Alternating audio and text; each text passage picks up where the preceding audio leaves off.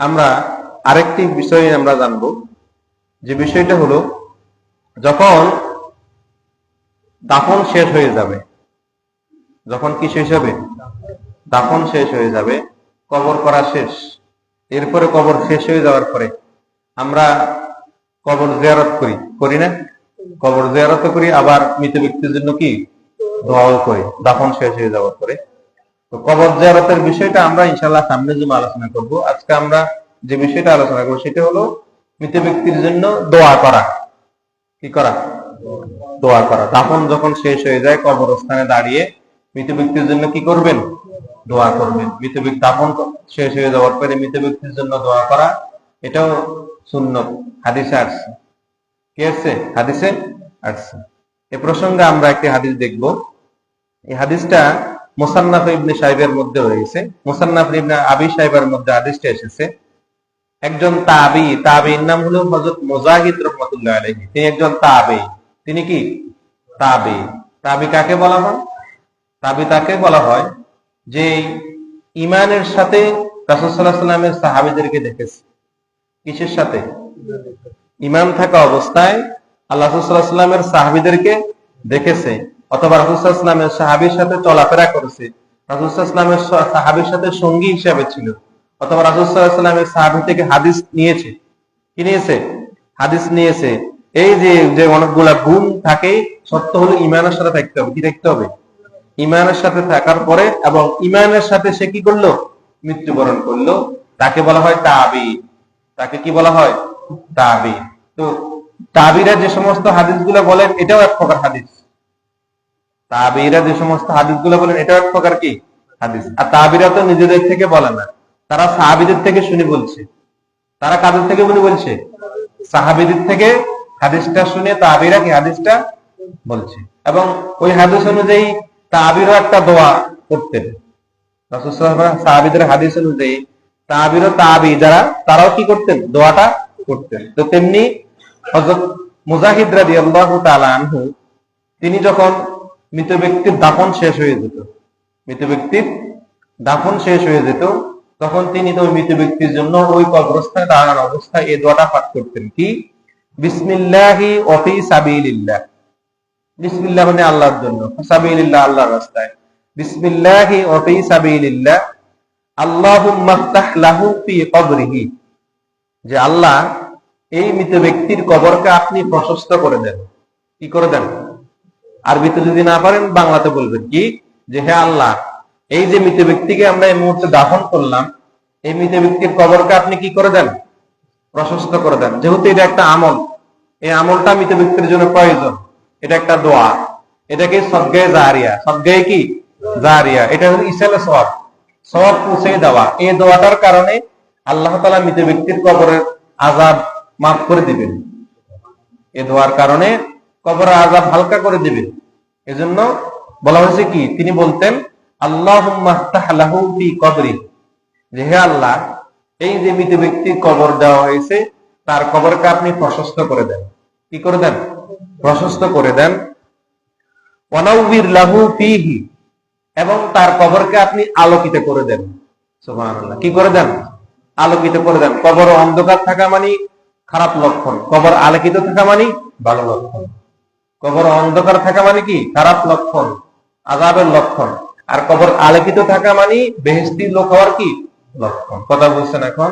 তাহলে তিনি এবার আবার দোয়া করতেন যে ওয়ালহিকহু নাবিয়্যাহু সাল্লাল্লাহু আলাইহি ওয়াসাল্লাম, এবং তার কবরের সাথে, তার কবরকে রাসূল সাল্লাল্লাহু আলাইহি ওয়াসাল্লামের কবরের সাথে আপনি মিলিয়ে দেন। তার কবরের সাথে রাসূল সাল্লাল্লাহু আলাইহি ওয়াসাল্লামের কবরের সাথে আপনি কি করে দেন? মিলিয়ে দেন। কেননা এই দোয়াটা তিনি এই জন্য করতেন, কারণ রাসূল সাল্লাল্লাহু আলাইহি ওয়াসাল্লাম নিজে বুখারী শরীফের হাদিসে রয়ে গেছে, যখন আমাদেরকে কবরে রাখা হয় তখন তিনটা প্রশ্ন করা হয়। কয়টা? তিনটা প্রশ্ন। মার রাব্বুকা ওয়া মা দীনুকা। আর রাসূল সাল্লাল্লাহু আলাইহি ওয়াসাল্লামকে সরাসরি কবরে হাজির করা হবে।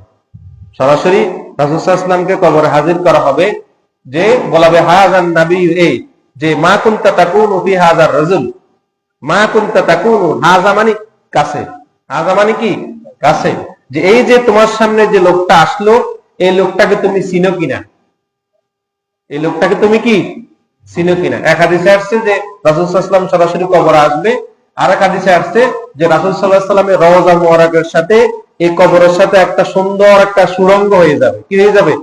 সুড়ঙ্গ হয়ে যাবে। তখন ওই মৃত ব্যক্তিকে কবর থেকে রাসূল সাল্লাল্লাহু আলাইহি ওয়াসাল্লামকে দেখানো হবে। রাসূল সাল্লাল্লাহু আলাইহি ওয়াসাল্লাম কি দেখানো হবে যে তোমার রবকে, তোমার ইসলাম কি। আর এই যে ব্যক্তিকে দেখানো হচ্ছে অথবা এই যে ব্যক্তি তোমার সামনে আসলো, একে তুমি চিনো কিনা, এতে তুমি কি কি চিনো কিনা। ইমানদার ব্যক্তি সাথে সাথে উত্তর দিয়ে দিবে যে আমার রব আল্লাহ, আমার দিন ইসলাম, হাযা নাবিয়ুনা মুহাম্মাদুর রাসূলুল্লাহ সাল্লাল্লাহু আলাইহি ওয়াসাল্লাম, ইনি আমার নবী, যাকে আমাদের কাছে পাঠানো হয়েছিল, মুহাম্মাদুর রাসূলুল্লাহ সাল্লাল্লাহু আলাইহি ওয়াসাল্লাম। এই জন্য মুজাহিদ রাদিয়াল্লাহু তাআলা আনহু কেন দোয়া করছেন যে ওই যে কবরের সাথে মিলিত দেওয়ার কারণে, মিলিত কবরের সাথে কি যখন মিলিত দিবে, তখন এই মিলিত দেওয়ার কারণে রাসূল সাল্লাল্লাহু আলাইহি ওয়াসাল্লামের কবরের সাথে যখন সুড়ঙ্গ, রওজার সাথে তখন কবরের সাথে সুড়ঙ্গ হয়ে যাবে, এর উসিলায় আল্লাহ তাআলা, রাসূলের উসিলায় আল্লাহ তাআলা ওই ব্যক্তির কবরে আযাব দিবেন না। আল্লাহ তাআলা ওই ব্যক্তির কবরে আযাব কি দিবেন না। কথা বুঝছেন এখন? তাহলে পারবেন তো দোয়াটা করতে? কিভাবে? বাংলা বলে দিই আপনাদেরকে যে আল্লাহ এই ব্যক্তির কবরকে আপনি প্রশস্ত করে দেন, এই ব্যক্তির কবরকে আপনি কি করে দেন? প্রশস্ত করে দেন। আল্লাহ এই ব্যক্তির কবরকে আপনি আলোকিত করে দেন, এই ব্যক্তির কবরকে আপনি কি করে দেন? আলোকিত করে দেন। আল্লাহ এই ব্যক্তির কবরের সাথে রাসূলের কবরের সাথে মিলিয়ে দেন, বা রাসূল সাল্লাল্লাহু আলাইহি ওয়াসাল্লামের রওজার সাথে, কি বলবেন? রওজার সাথে কি মিলে দেন, একত্রিত করে দেন। এই দোয়াটা করবেন, এই দোয়াটা করবেন। এই দোয়াটা যখন করবেন তখন এর উসিলায় আল্লাহ তাআলা ওই ব্যক্তির কবরে আযাবকে কি করে দিবেন? মাফ করে দিবেন। এই প্রসঙ্গে আমরা আরেকটি হাদিস দেখব। এই হাদিসটা হযরত আনাস রাদিয়াল্লাহু তাআলা আনহু থেকে বর্ণিত।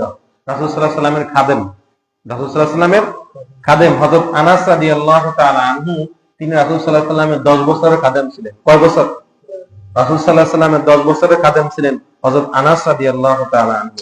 তো আনাস রাদিয়াল্লাহু তাআলা আনহু তিনি যখন এই কোন মৃত ব্যক্তিকে কবর রাখতেন, দাফন শেষ হয়ে যাওয়ার পরে, দাফন শেষ হয়ে যাওয়ার পরে মৃত ব্যক্তিকে যখন কবর রাখা শেষ হয়ে যেত, দাফন শেষ হয়ে যেত, তখন হযরত আনাস রাদিয়াল্লাহু তাআলা আনহু এই দোয়াটা বলতেন। কি দোয়া? যে আল্লাহ তার কবরকে তার উভয় পাশ থেকে দূরে করে দাও। মানে যে মাটি, কবরের মাটি কি দেয়?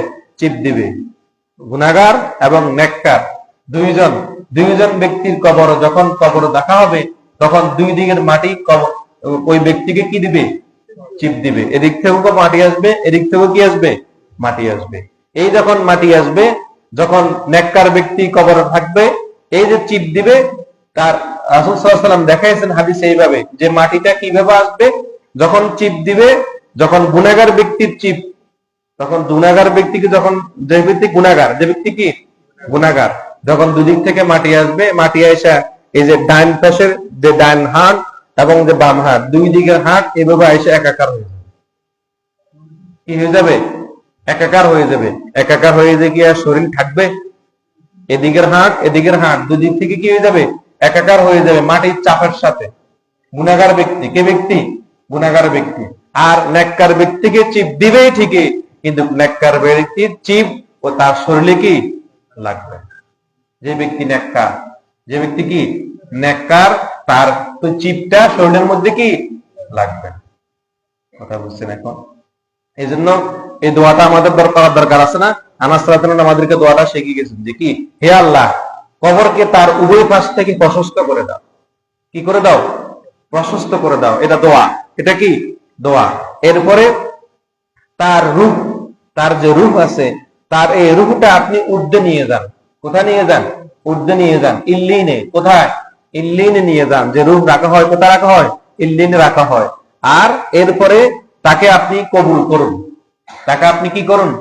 আল্লাহ যদি কবুল করেন তাহলে গুনাহ কি মাফ হবে? কবর আযাব মাফ হবে না? আল্লাহ যদি কবুল না করেন তাহলে মাফ হবে না। আর এরপরে বলছেন তার উপর আপনি রহমত বর্ষণ করুন। তার উপর আপনি কি বর্ষণ করুন? রহমত বর্ষণ করুন। সুন্দর দোয়া। কি বলবেন? আল্লাহ তার কবরকে আপনি প্রশস্ত করে দেন। তার কবরকে আপনি কি করে দেন? বাংলায় দোয়া করবেন, আল্লাহ এই ব্যক্তির কবরকে আপনি কি করে দেন? প্রশস্ত করে দেন। তার রূহকে আপনি ঊর্ধ্বে নিয়ে যান, উপরে নিয়ে যান, মানে ইল্লিনে নিয়ে যান, এবং তাকে আপনি কি কবুল করুন। আমরা তো বলি না আল্লাহ এই ব্যক্তিকে কবুল করেন, বলি না আমরা, বলবেন এই দোয়াটাই কবুল করবেন যে আল্লাহ তাকে আপনি কবুল করুন এবং তার উপর আপনার রহমত বর্ষণ করুন। আল্লাহ রহমত দিলে তো মাফ, আল্লাহ রহমত না দিলে কি বাঁচার উপায় আছে? না। আল্লাহ রহমত ছাড়া কি যত বড় মুফতি মুহাদ্দিস পীর সাহেব, যত বড় আমির সাহেব বলে, হাজী সাহেব, মুফতি সাহেব, মাওলানা মুহাদ্দিস, যত বড় পীর সাহেব আপনি দাবি করেন না কেন, আল্লাহর রহমত ছাড়া কারো বাঁচার উপায় নাই। আল্লাহর রহমত ছাড়া কেউ বাঁচতে পারবে না। নবী রাসূল ছাড়া, নবী রাসূল ছাড়া, নবী রাসূলগণ নিষ্পাপ নিষ্কলঙ্ক, ওনাদের পর আল্লাহর রহমত আছে, ওনাদের তো গুণেই নাই, কি নাই? গুণেই নাই। এবং সাহাবীদের উপর আল্লাহর রহমত আছে, সাহাবীদের উপর আল্লাহর কি আছে? রহমত আছে। সাহাবীদের বেলায় ওই কথা বলা যাবে না, সাহাবীদের বেলায় বলতে হবে আল্লাহ তাদের উপর রাজি আছেন। কোরআনে আল্লাহ তাআলা বলে দিয়েছেন রাদিয়াল্লাহু আনহুম ওয়া রাদু আন, যে আল্লাহ সাহাবীদের প্রতি রাজি আছেন এবং সাহাবীরা আল্লাহর প্রতি কি আছেন? রাজি আছেন। তো যার প্রতি আল্লাহ রাজি আছেন তার কি কবরে আযাব হওয়ার সুযোগ আছে? না। এজন্য আমাদেরকে দোয়া করতে হবে, আল্লাহ এই ব্যক্তির উপর আপনার রহমত দেন। আল্লাহ রাজি হলে না রহমত দিবে, বেরাজ হলে কি রহমত দিবে? না। কথা বুঝছেন? এখন এই দোয়াটা করবেন। এবার আসেন আমরা সংক্ষেপে আরেকটা